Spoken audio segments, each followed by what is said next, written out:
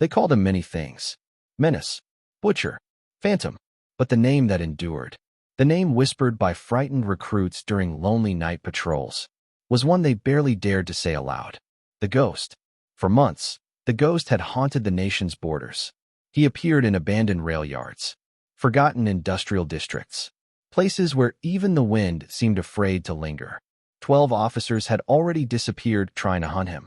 Every encounter ended the same way: confusion, smoke, silence. No one knew where he came from. No one knew what he wanted.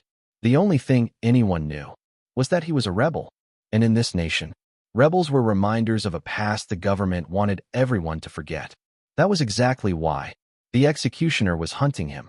The executioner, the hero of 11 great purges, the guardian of the continent, the man people believed had saved civilization itself. Citizens spoke his name with absolute faith. Cities flourished beneath his rule. Families slept peacefully at night, because whenever danger appeared, the executioner always answered. And tonight, he was here. Rain poured over an abandoned freight complex, turning broken concrete into shimmering mirrors. Beyond the perimeter lights, rusted gates stood over a deserted rail yard while dozens of officers waited in complete silence. Inside the command vehicle, only the sound of radio static filled the air. Then, a calm voice broke the silence. Unit 7, hold your position on the western flank. The executioner's voice never carried panic, only certainty. He favors choke points. Don't give him angles. Even through the radio, his confidence steadied every officer listening. Half an hour earlier, the Ghost had been spotted moving through the rail yard, a blur beneath a long black coat, a shadow appearing where nothing should have been. Thermal scanners picked up traces. Then, nothing. The officers quietly took their positions between two abandoned warehouses. Flashlights sliced through drifting fog. Suddenly, movement. Rifles snapped upward. Fingers tightened around their triggers. Gunfire erupted. Bullets ripped through concrete walls. Dust exploded into the air. The echoes rolled across the empty rail yard like distant thunder. But over the radio, the executioner's voice remained completely calm. Cease fire. He's baiting you. Watch the doorway. Every flashlight turned toward a single opening in the ruined warehouse. A black doorway. Too quiet. Too still. Then, a metallic clink echoed across the ground. Something small rolled into the light. Scatter. A blinding flash exploded through the yard. Smoke. Heat. Pressure. Officers were thrown backward as thick white smoke swallowed the battlefield. Stay together. Captain Lurin shouted through the chaos. Hold formation. Then, footsteps. Slow. Measured. Unhurried. A lone figure emerged from the smoke. The Ghost. He didn't rush. He didn't hesitate. He moved as if he already knew where everyone stood. To some officers, he barely looked human. Only the outline of a black coat. A flash of steel. A shadow that refused to stay still. He's not human. He should be dead. Steel clashed inside the smoke. A rifle skidded across the ground. Someone cried out, then suddenly fell silent. The Ghost slipped between beams of light, as though even the light itself couldn't hold him. But the executioner never lost control. Hold your line. 2 units to the north corridor. Drive him inward. Discipline, not panic. And every officer obeyed, because they always had. For years, the executioner had crushed rebellions, ended wars, held the nation together. He was the hero who stood between civilization and chaos. Then, Captain Lurin's voice came through the radio. Sir, we've got him pinned. He's retreating toward the central gate. The executioner answered immediately. Good, but don't rush. He wants you to make mistakes. At the far end of the freight yard, the Ghost finally stopped. Rain traced silver lines down his hood. The floodlights flickered. The entire yard fell silent. One by one, the officers surrounded him. Weeks of searching, weeks of chasing rumors, had all led to this moment. The executioner's voice echoed through every radio. You've done well. Hold steady. This ends now. Captain Lurin stepped forward. Drop your weapon. The Ghost didn't answer. He simply tilted his head, as if listening to something carried by the rain. Then, the ground trembled. Smoke began rising from another warehouse. An officer panicked. Sir, movement. But the executioner's voice immediately cut through the confusion. Eyes front. He uses distractions. The officers looked back toward the Ghost. But it was already too late. The figure beneath the freight gate slowly stepped backward, into the darkness, and disappeared. No footprints, no sound, no trace, only rain falling across broken stone. One young officer whispered the words everyone feared. "He's gone." Silence returned. Only static remained. Then, for one final time, the executioner's calm voice echoed through the radio. "Regroup. Secure the perimeter. We hunt again at first light." The officers obeyed without question. One by one, they disappeared into the rain. And somewhere, far beyond the floodlights, far beyond the scanners, far beyond anyone's reach, the ghost vanished back into the unseen corners of the continent. The hunt was far from over.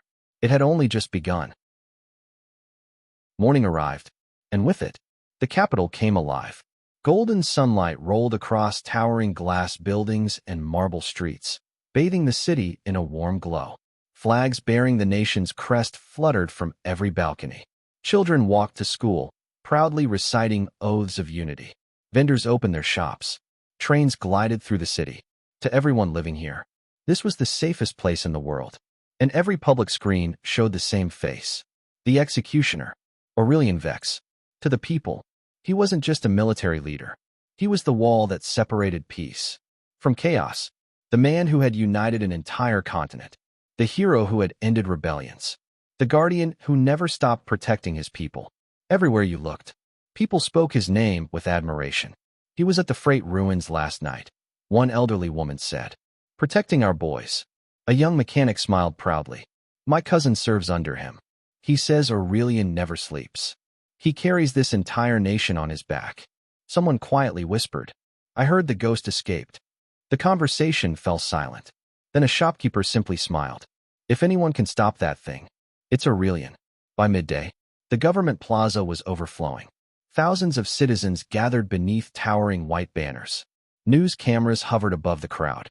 Every screen across the nation broadcast the event live. Then, Aurelion Vex stepped onto the stage. The crowd immediately fell silent. He didn't wave. He didn't smile. He simply stood there, calm, composed, certain. For a moment, he said nothing. Then, "My people." His deep voice echoed across the plaza. "Last night, our forces engaged the rebel known as the Ghost." The atmosphere instantly changed. Everyone waited for what came next. Aurelion lowered his head. Sadly, the officers sent to contain him have fallen. A heavy silence spread across the crowd. Some lowered their heads. Others placed their hands over their hearts. Across the city, every public screen dimmed in respect. They gave their lives. For this nation. For our families. For our future. Their sacrifice will never be forgotten. Slowly, the crowd began to applaud. Not out of celebration, but respect. Then Aurelion lifted his head once more. His voice became firmer. "The ghost is not a myth. He is not a rumor. He is a vicious creature who hunts the pride of this nation." The crowd listened in complete silence. "He has taken thousands. Soldiers, civilians, servants of order. He hides in the shadows. Believing fear will make us kneel." Aurelion leaned slightly toward the microphones. "He is wrong." Those 3 words echoed across the entire nation. "We are one continent, one people, one will. And as long as I draw breath, I will never allow this monster to carve doubt into our hearts." The crowd erupted. Hope replaced fear. Then Aurelion made another announcement. "Today, I am creating a new task force. Elite, specialized, built for one purpose: to hunt the ghost." Excitement spread throughout the plaza. They will search every ruin, every border, every forgotten road, and they will bring him into the light. Cheers echoed across the city. "We are not afraid of ghosts. We endure, and we prevail." The applause thundered through the square. Citizens cried. Children smiled. Everyone believed every word.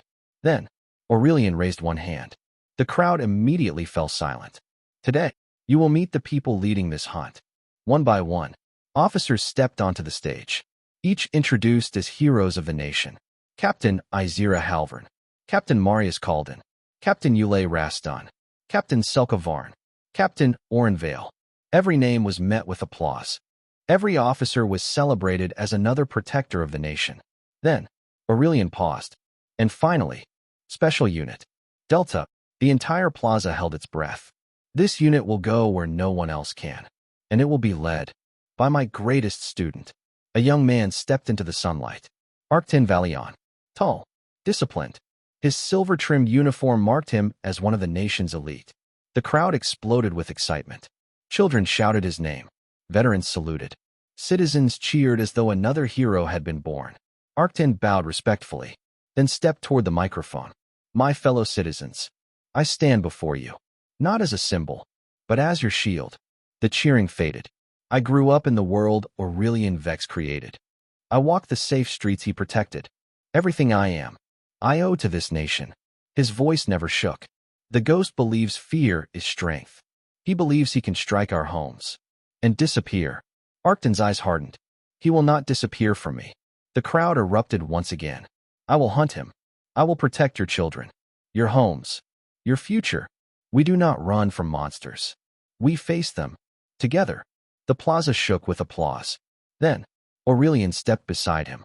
Without saying a word, he gently placed one hand on Arctan's head, not as a commander, but as a teacher, a mentor, almost a father.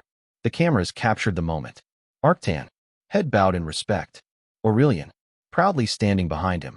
That single image would spread across the nation, a symbol of hope, but far beyond the capital, far beyond the cheering crowds. The same broadcast played somewhere else. Inside a dim underground hideout, dozens of rebels watched in complete silence. No one applauded. Someone spat onto the floor. Hero of the continent. One man muttered bitterly. Hero of graves. Another woman folded her arms. One day, he'll pay. The broadcast shifted to Arctan's speech. Some rebels laughed. Others looked away. He's just training more soldiers to hunt us. More loyal dogs. The room filled with quiet resentment.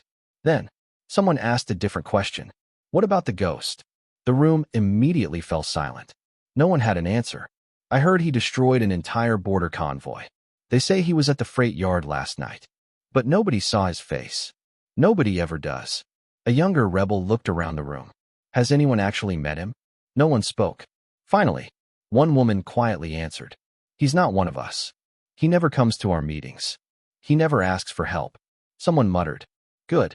But even that sounded uncertain. Another rebel lowered his voice. He scares me. No one argued. They all turned back toward the television, watching the smiling faces of Aurelion and Arctan, while somewhere beyond both the nation's propaganda and the rebels' fear, the ghost remained unseen, watching no one, answering to no one, and becoming more of a legend with every passing day. The city slept peacefully, or at least, it tried to, on the quieter side of the capital. Rain soaked empty streets while old neon signs flickered above shuttered shops. Officer Hadron pushed open the door of a small convenience store. He wasn't responding to a call. He simply wanted a cigarette. The tiny bell above the door chimed softly. Everything looked normal, until he saw the body. A fellow officer lay motionless beside the counter. His badge was cracked.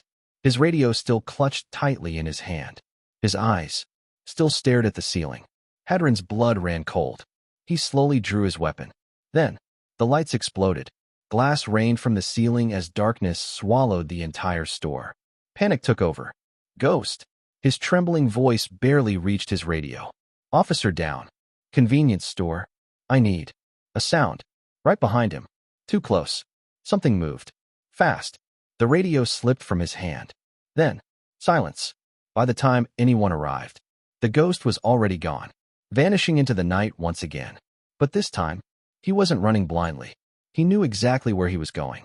Across empty streets, through forgotten alleyways, past abandoned factories, until he reached the old industrial district, a graveyard of rusted cranes, broken machinery, collapsed buildings. If there was anywhere the ghost could disappear, it was here. And if there was anywhere he could fight, it was here. The city immediately erupted into chaos. Sirens echoed through every district. Emergency broadcasts interrupted every screen. Then, a familiar voice took control. Aurelion Vex. Units 1 through 5. Mobilize. The ghost has been confirmed. Across the city, police officers rushed into their vehicles. Weapons were loaded. Engines roared to life. Then Aurelion spoke again. Special Unit Delta. Stand by. Your role tonight is observation only. He paused briefly, then addressed one person directly. Delta 1. The tactical relay is yours. Arctan Valeon immediately lowered his head. Yes, sir. Without hesitation, he took command. His eyes scanned the tactical map. Units 1 through 5. Converge on the industrial district. Close every escape route. Drive him inward. Don't let him break through. The hunt had begun. Rain turned the abandoned factory into a maze of black glass and twisted steel. Unit 1 entered first.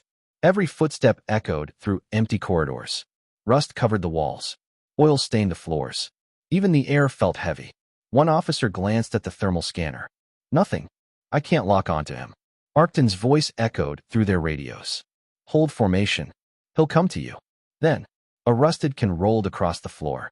Every rifle pointed toward the sound. A shadow dropped from the scaffolding above. 3 officers fell. Before anyone even understood what happened. The ghost never stayed still. One moment, he was there. The next, he was gone. Only the flash of a blade. And another officer collapsing to the ground. Unit 2 pushed in from the western entrance. Push him, Arctan ordered. Don't break formation. Gunfire erupted through the factory. Muzzle flashes illuminated broken machines. Smoke filled the hallways. Someone shouted, I've got him.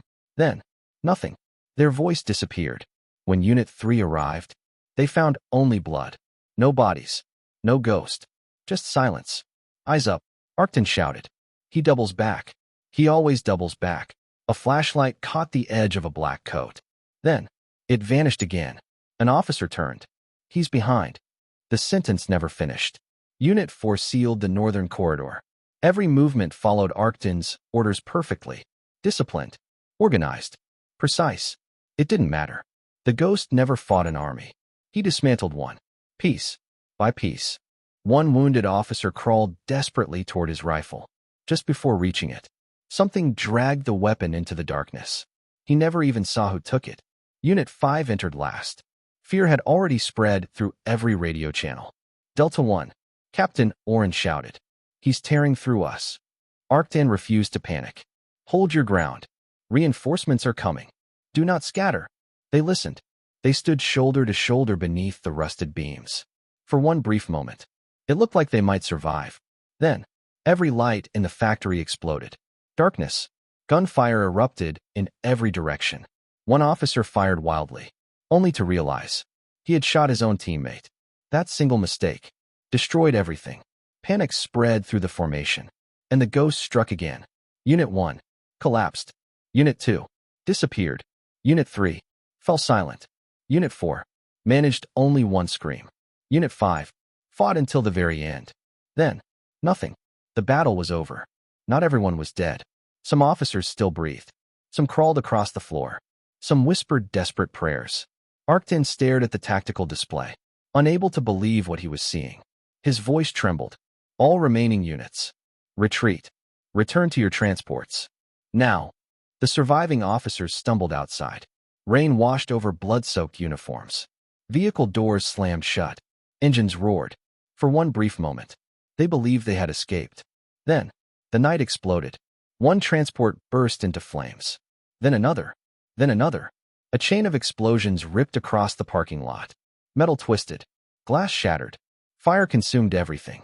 The last survivors never made it beyond the perimeter. Inside the command center, Arctan froze. His hands shook. He killed all of them. The words refused to come out. Aurelion's calm voice answered through the radio. Delta 1. This is how the ghost fights. Arctan remained silent. He never allows anyone to escape. A short pause followed. Even I was fortunate to survive my encounter with him. Arctan slowly closed his eyes.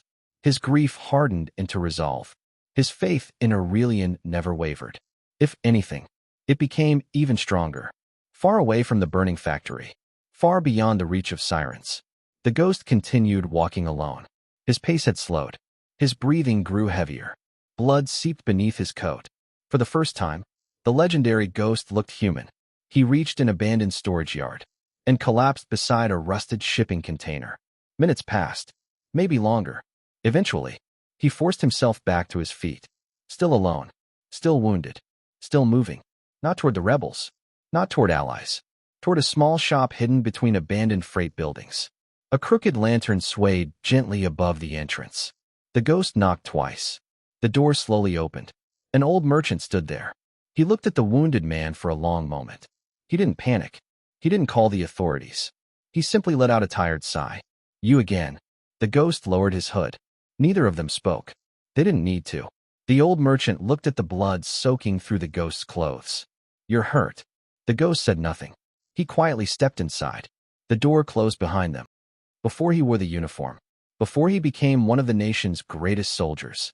Before discipline hid every scar. Arctan Valeon was just a boy who laughed easily.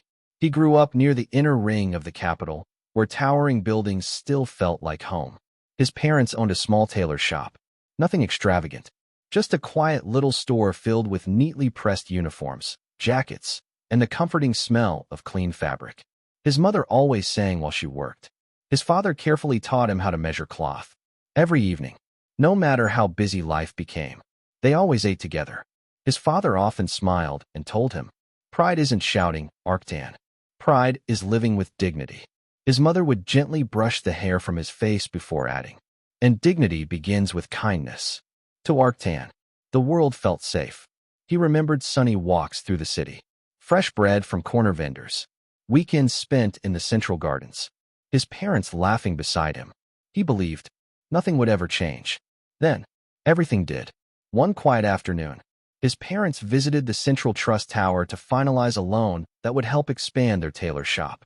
Arctan stayed behind at a friend's apartment. The two of them laughed over a simple card game. Then, the television suddenly cut to an emergency broadcast. Smoke filled the screen. A towering pillar of black smoke rose above the heart of the city. The reporter could barely speak. Explosion. Central Trust Tower. Mass casualties. Emergency response. Arctan slowly sat upright. His friend called his name. He didn't hear him. The cameras zoomed closer. The tower had been ripped apart. Broken glass poured through the air like rain. Arctan whispered only one word. No. His hands trembled as he reached for his communicator. He called. Again and again. No answer. Hours disappeared into sirens. Hospital corridors. Smoke. Officials speaking in exhausted voices. Then, a quiet room. A folded document. His parents' names. They never allowed him to see the bodies. They told him it would be better that way. But nothing would ever be better again. Days later, a government officer visited him. The room remained silent until the officer finally spoke. The investigation has concluded. Arctan stared blankly ahead. Then came the answer that changed his life forever. The attack was carried out by the rebel known as the Ghost. The words echoed endlessly inside his mind. Hundreds of civilians had died. Workers, families, his parents, all because of one name. The Ghost. Something inside him broke. Not into hatred. Not yet. Into resolve. If evil like this existed, someone had to stop it. The moment he was old enough. Arctan joined the military academy. He trained harder than anyone else. He ran until his lungs burned. Studied until sunrise. Fought until every bruise became another promise. Others admired him. Others pitied him. He ignored them all. He wasn't there for praise. He wasn't there for revenge. He was there to make sure no one else suffered the way he had. That determination eventually caught the attention of one man. Aurelion Vex, the executioner. Unlike everyone else, Aurelion never treated Arctan like a broken child. He saw potential. He saw purpose. He quietly told him, "You seek justice, not rage. That is rare." Arctan lowered his head. "I want to stop monsters." Aurelion placed a reassuring hand on his shoulder. "Then, I will teach you how." From that day forward, Aurelion personally trained him. Long hours of combat, strategy, leadership, discipline. He taught Arctan when to fight, when to wait, when mercy mattered, and when hesitation became deadly. Sometimes, after training ended, the two simply sat beneath the academy's towering stone arches, talking about the future, about responsibility, about protecting the nation. For the first time since losing his family, Arctan felt whole again.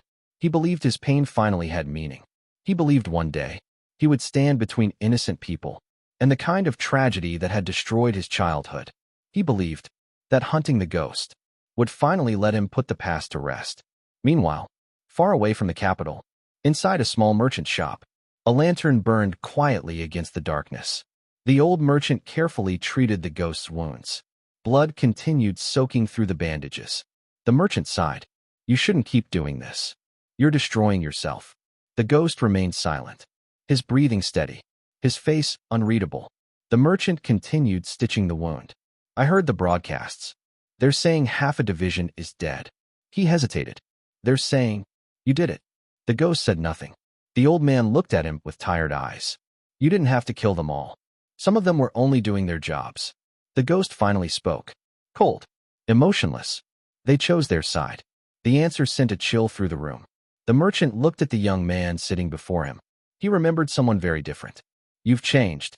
For a brief moment, something almost resembling a smile crossed the ghost's face. No, I simply stopped pretending.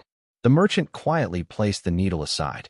There was one question he had wanted to ask for years. Why? Why keep killing? Why destroy everything? The ghost slowly tightened his grip around the edge of the table. Then, he looked up. His voice never rose. It never shook. It settled over the room like ash. I will kill them all. The merchant froze. I will burn this hell. I will tear it apart piece by piece. Until nothing remains. Every word carried absolute conviction.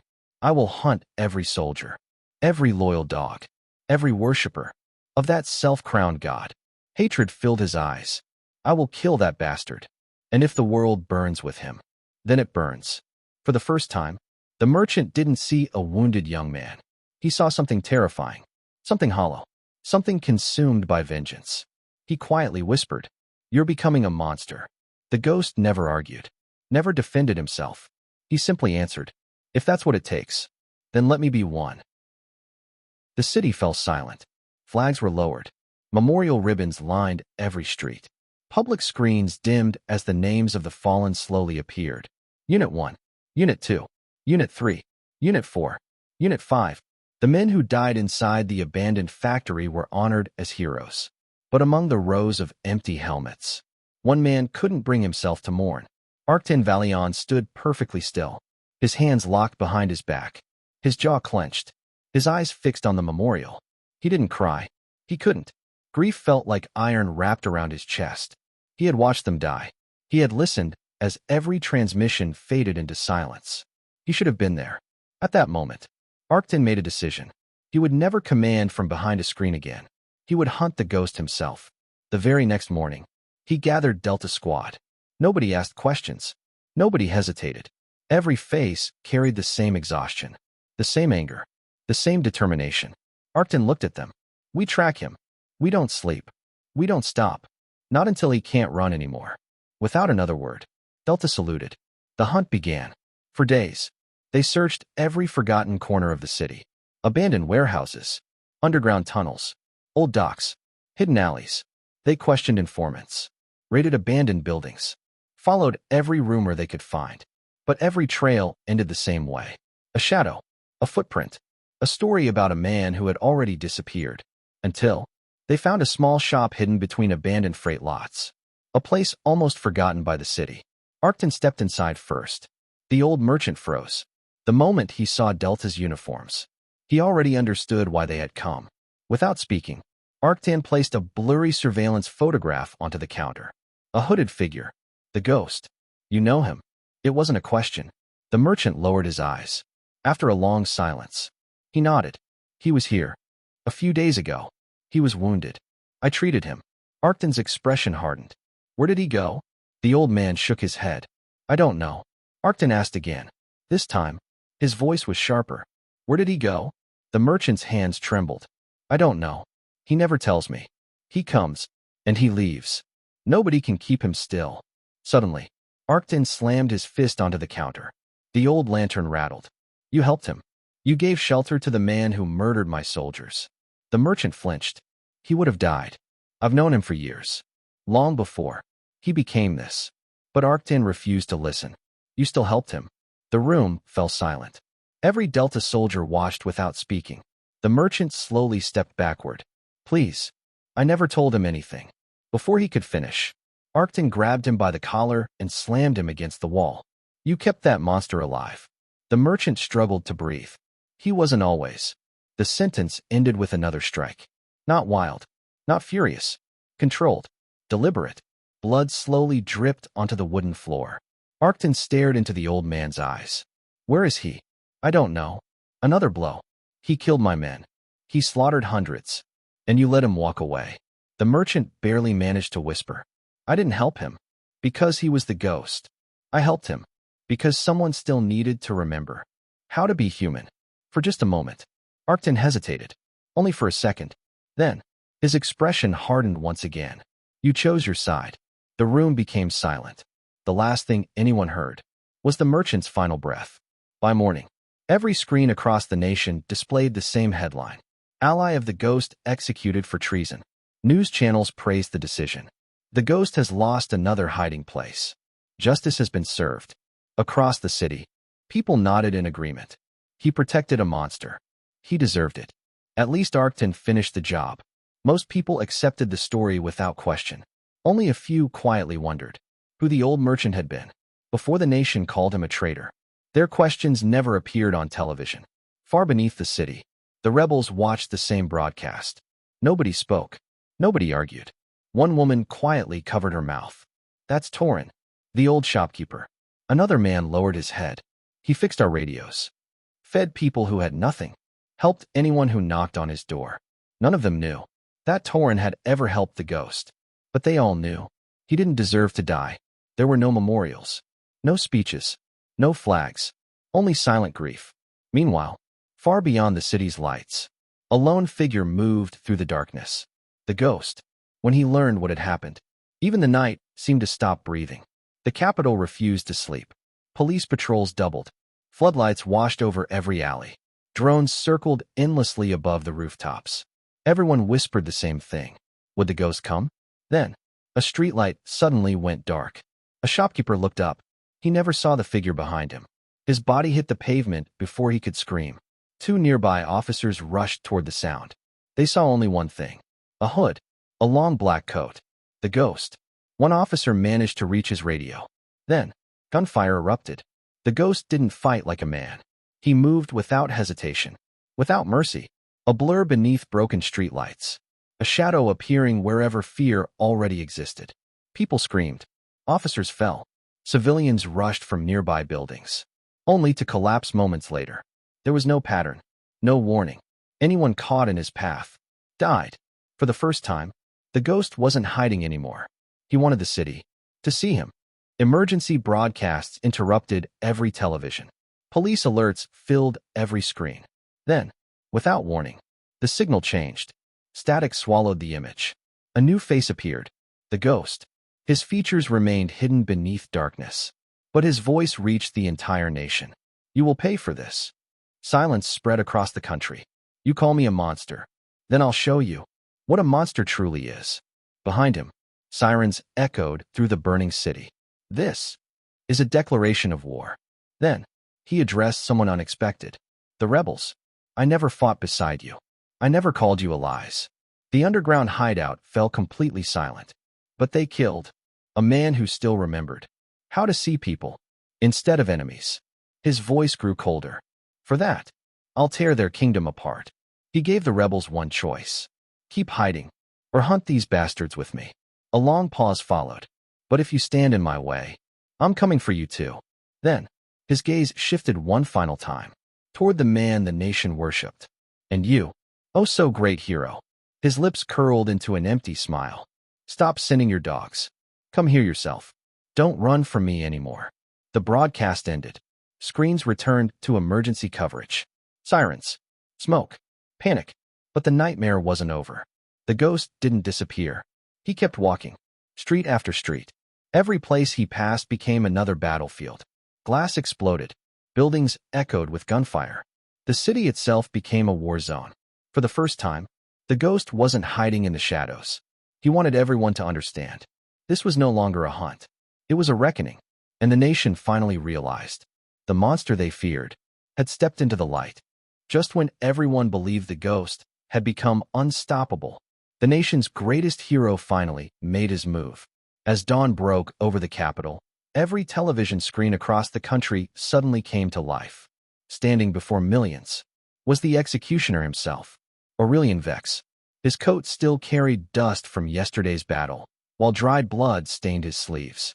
Not as a sign of defeat, but as proof that even the nation's strongest protector had stepped onto the battlefield. The frightened crowd fell completely silent. Nobody had slept. Everyone waited for one answer. Could the ghost finally be stopped? Without raising his voice, Aurelion calmly addressed the nation. I do not fear a man who calls himself a monster. If anything, he has made my work easier. The plaza remained silent. He has abandoned the shadows. He has shown himself to the world. And today, the myth of the ghost ends. Applause erupted throughout the capital, not because people were celebrating, but because they desperately wanted those words to be true. Across the nation, families clung to hope. Meanwhile, far beneath the city, the rebels gathered inside an abandoned underground tunnel.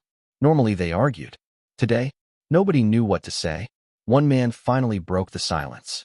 He declared war, not just against the government, against everyone. Another woman lowered her head. He's out of control. He doesn't care who dies anymore. Civilians, workers, children. Another rebel clenched his fists. And yet, they executed Torin, and none of us stopped it. Silence swallowed the room. One voice quietly asked, "What if he comes for us next?" Nobody answered, because none of them knew. The ghost had never truly been one of them. He never attended their meetings, never accepted orders, never asked for allies. He walked alone, and now, even the rebels feared him. Finally, their coordinator stood. We are not his allies, but the government will use him as an excuse to destroy every rebel left. He pointed toward the maps spread across the table. We split their attention. Attack military supply routes, fuel depots, power stations, but avoid civilians. Our purpose is distraction. If they're chasing us, they're not chasing him. Within minutes, hidden radios across the country crackled to life. The rebellion had begun moving. At the same time, military headquarters descended into chaos. Explosions, sabotage, power failures. Emergency reports flooded the command center one after another. Standing over the tactical map, Arctan Valeon clenched his fists. What are the casualties? Minimal. Mostly infrastructure. They're avoiding civilians. Relief briefly crossed Arctan's face. Keep civilians safe. Redirect defensive units. No reckless pursuit. He refused to repeat the slaughter at the factory. Not another massacre. Not another wall filled with names. Then, the room suddenly became quiet. Aurelion had arrived. He placed a reassuring hand on Arctan's shoulder. Delta moves with us. Arctan nodded, even though he wasn't ready. Hours later, Delta entered the abandoned industrial district on the outskirts of the capital. Broken buildings stretched into the sky. Rusted towers stood like the skeletons of forgotten giants. Every step echoed. Every shadow looked alive. Then, they found him, the ghost, standing completely alone, as if he'd been waiting for them. The battle exploded without warning. Gunfire ripped through the abandoned streets. Concrete shattered. Steel collided. Delta fought exactly as they had been trained. Disciplined. Precise. Perfect. Yet one after another. Soldiers continued falling. But this time, something was different. The ghost wasn't invincible anymore. He stumbled. He bled. His breathing became heavier. Every movement demanded more strength. Every strike slowed him down. He wasn't fighting like an immortal legend anymore. He was fighting like a man refusing to die. Arctan charged first. Aurelion followed close behind. Together, for the first time, they forced the ghost backward. This wasn't another ambush. This wasn't another hunt. This was survival. Minutes felt like hours. When the fighting finally stopped, the ruined streets were covered with bodies. Only 3 people remained standing. Arctan, Aurelion, and the ghost. Every one of them wounded. Every one of them exhausted. Then, the ghost turned and ran. He disappeared inside a crumbling office tower. Without hesitation, Arctan chased after him. Up broken staircases, through collapsing hallways, past shattered windows, until they reached the highest floor. Moonlight poured through the broken glass. Blood dripped across cracked concrete. Finally, the ghost collapsed against the wall. His body had reached its limit. Arctan slowly raised his pistol. Bang! The bullet tore through the ghost's leg. He collapsed without making a sound. Bang! Another shot ripped through his shoulder. Click! Empty. No bullets remained. Only hatred. The ghost suddenly lunged forward with a knife. The blade buried itself deep into Arctan's leg. Pain exploded through his body, yet he never screamed. Instead, he grabbed the knife with his bare hand. Blood poured between his fingers. He ripped the blade free and threw it away. Then, he started punching. Again, again, again. Every punch carried years of grief. Every strike carried another fallen soldier, another friend, another broken family. My people, my men, my family. You took everything from me. His voice shattered beneath years of pain. But throughout the beating, the ghost never spoke. He simply smiled, not because he enjoyed it, but because death no longer meant anything to him. Then, the door slowly opened. Aurelion stepped inside. He watched everything in silence. Only after several moments did he place a hand on Arctan's shoulder. The hunt is over. Days later, the capital gathered beneath white national banners. Thousands filled the government plaza. Some prayed, some cried, others simply waited. Aurelion stepped onto the stage. The threat of the ghost has finally ended. The crowd erupted with relief. The monster who terrorized this nation has been defeated.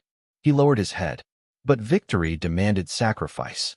My brothers, my soldiers, then my beloved student, Arctan Valeon. The entire plaza broke into tears. He fought bravely. He gave everything, so all of you could live without fear. Then Aurelion raised his head once more. The rebels still remain. But just as we defeated the ghost, we will restore peace to the rest. Cheers echoed across the nation. Screens everywhere froze on the image of Aurelion Vex, a grieving hero, a victorious leader, the only survivor, the only witness. And beneath the nation's banners, millions celebrated the end of the ghost, never realizing they were celebrating a lie. For the entire story, there had only ever been one truth. A hero, a monster, and a nation that never questioned the story it was given. But what if that story was a lie? The narrator's voice cut through the silence. Isn't it arrogant to assume the narrator cannot lie?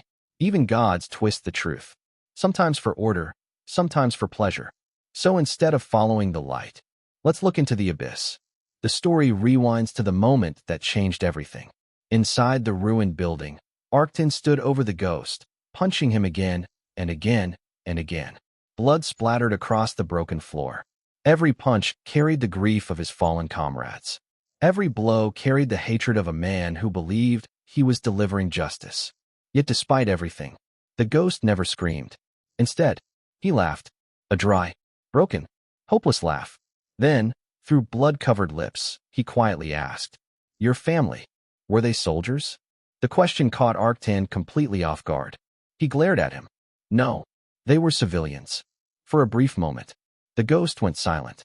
Then his expression changed, not into guilt, but into pure rage. "I never killed civilians," he whispered. "Not until today." Arctan froze. His grip weakened. Then the ghost slowly turned his head, not toward Arctan, but toward the man standing behind him. "Aurelion, why don't you ask? Your oh-so-dear hero?" Confusion spread across Arctan's face. He slowly turned around. Aurelion hadn't moved an inch. He simply watched them, as if both men were already dead. Arctan's voice trembled. "You knew him?" Aurelion let out a calm breath, completely unfazed. "You exceeded every expectation I had. Ghost, or should I call you?" Then, he spoke the ghost's real name. Not the name of a terrorist, not the name of a monster, but the name of an ordinary young man. Someone who had once believed in heroes. Arctan felt sick. "You knew him? Then why didn't you tell anyone? Why did you lie to me?" Aurelion smiled. Not with kindness, not with hatred, but with absolute superiority. "Why would anyone listen to a dead man?" Those words shattered the room. The ghost finally exploded. Years of suffering, years of running, years of being hunted, all burst out at once. "You chased me for years. Why? What did I ever do to you?" His voice cracked with pain. "I worshipped you, just like everyone else. I believed in you. I trusted you." His fist slammed into the floor. "Then one day, I woke up as a murderer, a ghost, and suddenly, the entire world wanted me dead." The room fell silent. Then, Aurelion finally revealed the truth. Every hero needs a villain. The words struck harder than any punch. There had never been a reason. No justice. No investigation. The ghost had simply been useful. You were at the wrong place. At the wrong time. Convenient. So I turned a petty thief into a legend. The nation needed myths. Then he smiled. You should be grateful. The ghost's laughter turned into tears. Do you know how I survived? I had to hunt people. Just to eat. Every road. Every city. You turned my entire life into a noose. Behind him, Arctan staggered backwards. Everything he believed, every lesson, every sacrifice, every speech about justice, collapsed in front of his eyes. He looked at his master. But the man standing there wasn't the hero he had admired. He was a stranger. Without another word, Aurelion slowly stepped forward. The ghost's trembling hand tightened. His eyes burned with hatred. I'll take you with me. Then, a metallic pin rolled across the floor. A grenade. Arctan's eyes widened. No. Without thinking, he shoved Aurelion away. His loyalty, his confusion, his instincts, all collided in one desperate moment. Then, everything disappeared in white. An explosion swallowed the room. Stone, fire, dust, bone, silence. When the smoke finally cleared, the ghost wasn't moving. Arctan wasn't moving either. Both men lay broken beneath the rubble. Only one person remained standing. Aurelion. A shimmering barrier of pale light slowly faded around his body. He looked down at the corpses. Not with sadness. Not with regret. Only calculation. What a fool. He glanced at the tiny wound on his side. A wound so shallow. It almost looked intentional. He thought a scratch was enough to kill me. Then his eyes drifted toward Arctan. His own student. The final witness. And you. Had to die. It saves me. So much trouble. He straightened his uniform. Slowed his breathing. And in an instant, his face transformed into one of grief. Footsteps echoed through the building. Soldiers burst into the room. Aurelion staggered toward them, pretending he could barely stand. His voice cracked perfectly. Only, I survived. The ghost is dead. And just like that, everyone believed him, because they always had. Outside, the nation celebrated the death of a monster and the triumph of its greatest hero. They cheered. They mourned. They praised Aurelion, completely unaware that the only people who knew the truth had died together on that floor. Everything we believed, was backwards. For 7 chapters, we followed the story of a hero hunting a monster. But now, the story finally reveals how both of them were created.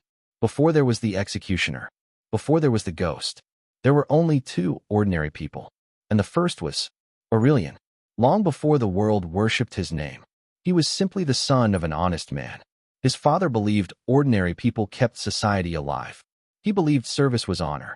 Those values shaped Aurelion's childhood. So when he grew older, he joined the military. He mastered leadership. He mastered strategy.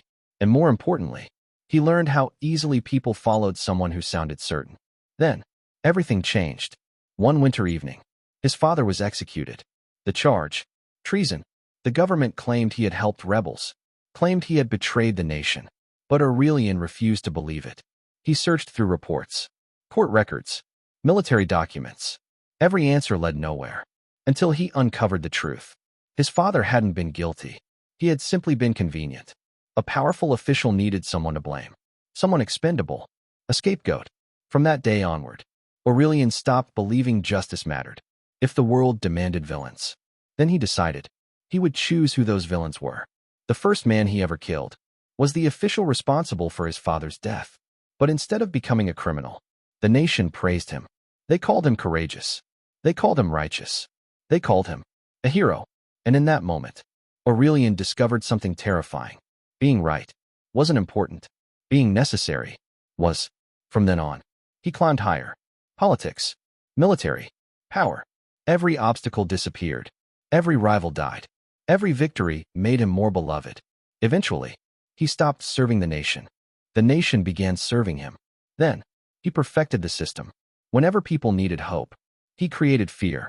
Whenever they needed a monster, he gave them one. He manufactured villains, only to destroy them himself. Every battle strengthened his legend. Every victory made questioning him impossible. Until one ordinary night, he noticed a frightened young man running through an alley. A petty thief. Scared. Desperate. Trying to escape. Police surrounded him. The boy fought back in panic. More officers arrived. Then, Aurelion stepped from the shadows. He killed every officer himself. Clean, precise, silent. Then he erased every camera, rewrote every report. And the following morning, the newspapers declared, "The ghost murders police, vanishes into the dark." Just like that, a monster was born, not through evil, not through choice, but through a lie. Meanwhile, the young man who would become the ghost had never wanted any of this. He was behind on rent, unable to find work. A debt collector convinced him to steal from a convenience store. One small robbery. No one would get hurt. He promised himself he would pay everything back later. Then a police officer caught him. Panic took over. He fought back. More officers arrived. He ran. He believed he'd escaped. Until the next morning. Every screen in the nation showed his face. Murderer. Cop killer.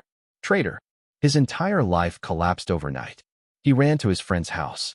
His friend was dead. He ran to his family. They were dead too. Every person who could have defended him was erased, leaving only the lie. Months passed.